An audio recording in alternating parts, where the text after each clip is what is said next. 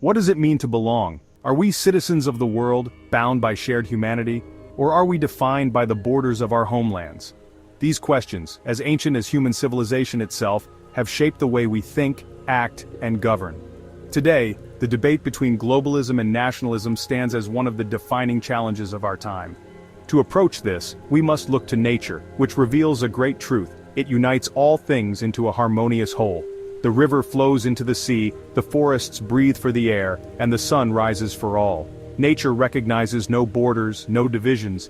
Humanity too is part of this universal order. We are one species sharing the same earth, the same sky, and the same fleeting moment of existence. Yet within this unity, nature also allows for diversity. The river and the sea, though connected, remain distinct. The mountain is not the valley, nor is the tree the grass below. This is the paradox we must embrace: unity in diversity. Nationalism reflects our deep connection to those closest to us, our family, community, and homeland. It is born from a natural instinct to protect what is ours, to celebrate the culture, traditions, and values that shape our identity. To love one's country is not a fault, indeed it can be a virtue. How can one serve the world if one neglects their own household? Yet nationalism becomes a vice when it leads to exclusion, when it sees outsiders as threats rather than as fellow travelers on this shared journey of life. To retreat into isolation is to deny the reality that no nation, however strong, can stand alone in an interconnected world. On the other hand, globalism calls us to look beyond our immediate circles and recognize the interconnectedness of all humanity. It challenges us to think not just as citizens of one nation, but as stewards of the earth and as brothers and sisters to all. In its purest form, globalism reflects the Stoic ideal of cosmopolitanism, the belief that we are all citizens of the same city, governed by universal laws of reason and justice. But globalism too can falter when it forgets the value of the individual, the importance of roots, and the richness of local identities. A world that erases all distinctions risks becoming a place of anonymity, where people lose their sense of belonging. How then do we reconcile these forces? The answer lies in balance, guided by virtue and reason. Imagine a man standing at the crossroads of his local community and the global stage. He does not need to choose one over the other. Rather, he must seek harmony. He must serve his neighbors with loyalty and dedication, yet he must also act with compassion for the broader human family. His love for his nation should never blind him to the needs of others, nor should his concern for the world diminish his care for his own people. Let us consider the wise ruler. If he governs his nation with fairness and justice, he strengthens not only his people but also the entire global order. Conversely, if he neglects the needs of his country for the sake of external interests, he weakens both. A virtuous leader understands that national prosperity and global harmony are not opposing goals, but complementary ones.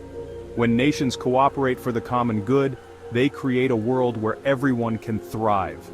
The Stoics remind us of our shared humanity. Marcus Aurelius wrote, "We are made for cooperation, like feet, like hands, like eyelids, like the rows of the upper and lower teeth." To act against one another, then, is contrary to nature. This truth applies not only to individuals but also to nations. No country exists in isolation. The wealth of one often depends on the labor of another. The peace of one often relies on the stability of its neighbors. We are threads in a single tapestry, and when one thread unravels, the whole fabric weakens. At the same time, we must remember that a sense of belonging is fundamental to the human spirit. People need roots to feel grounded, traditions to give them meaning, and a shared identity to inspire them. To dismiss nationalism entirely is to deny this aspect of human nature.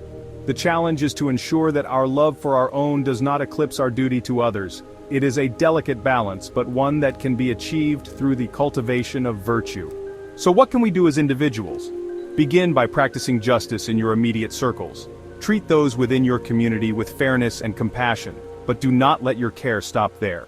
Extend your concern to the stranger, the foreigner, the one who looks or speaks differently than you. Remember that their joys and sorrows are not unlike your own. As Marcus Aurelius said, "The soul of man is one, though it is scattered across many bodies." Recognize this unity and act upon it. To those who cling tightly to nationalism, remember this: your nation thrives best in a world that thrives. Isolation and hostility may bring short-term gain, but they sow seeds of discord that will harm future generations. And to those who advocate for globalism, remember this: a world without diversity, without the rich tapestry of cultures and traditions, is a world impoverished. True unity does not erase differences, it celebrates them. Ultimately, we must see the Earth as one city, with each nation as a district within it. We can be proud of our homes while acknowledging that they are part of a greater whole. Let us act with humility, wisdom, and love, striving always to bring balance to this complex and interconnected world. Thank you for watching. If you enjoyed this video, please like and subscribe if you want more modern meditations.